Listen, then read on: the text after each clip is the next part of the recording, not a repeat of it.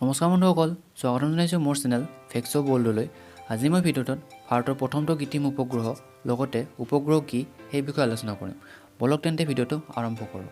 বন্ধুসকল, আপোনালোকৰ যদি মোবাইল ফোনটোত হঠাৎ ইনকামিং আৰু আউটগয়িং অৰ্থাৎ ফোন কলসমূহ বন্ধ হৈ যায়, ঘৰ থকা টিভিটোৰ স্ক্ৰীণত যদি একো নাহে, তেতিয়া আপোনালোকে কি কৰিব? আশা কৰোঁ এনেকুৱা কেতিয়াও নহ'ব। বন্ধুসকল, মোবাইলৰ সহায়ত এঠাইৰ পৰা আন ঠাইলৈ ফোন কৰা, টিভিত বিভিন্ন ধৰণৰ অনুষ্ঠানসমূহ উপভোগ কৰা, এই সকলোবোৰৰ পিছত আছে উপগ্ৰহসমূহ, যাক আমি ইংৰাজীত ছেটেলাইট বুলি কওঁ। যদি আজি এই উপগ্ৰহসমূহ নাথাকিলেহেঁতেন, তেতিয়াহ'লে যোগাযোগ ব্যৱস্থাৰ ক্ষেত্ৰত আমি বহুখিনি পিছ পৰি থাকিলোঁ হয়। বন্ধুসকল, এতিয়া কথা হ'ল উপগ্ৰহ মানে কি? সাধাৰণতে গ্ৰহসমূহৰ চাৰিওফালে ঘূৰি থকা বস্তুসমূহক আমি উপগ্ৰহ বুলি কওঁ।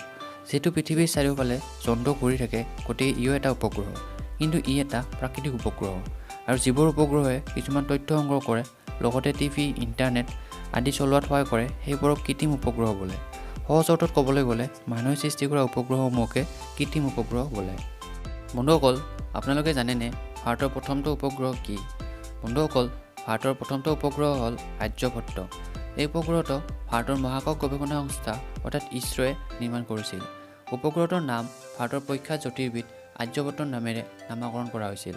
উপগ্ৰহটো ভাৰতৰ কাপুচিন ইয়াৰৰ পৰা 1975 চনৰ 19 এপ্ৰিলত কছমছ 3M উৎক্ষেপণ যানখনৰ সহায়ত মহাকাশলৈ উৎক্ষেপণ কৰা হৈছিল।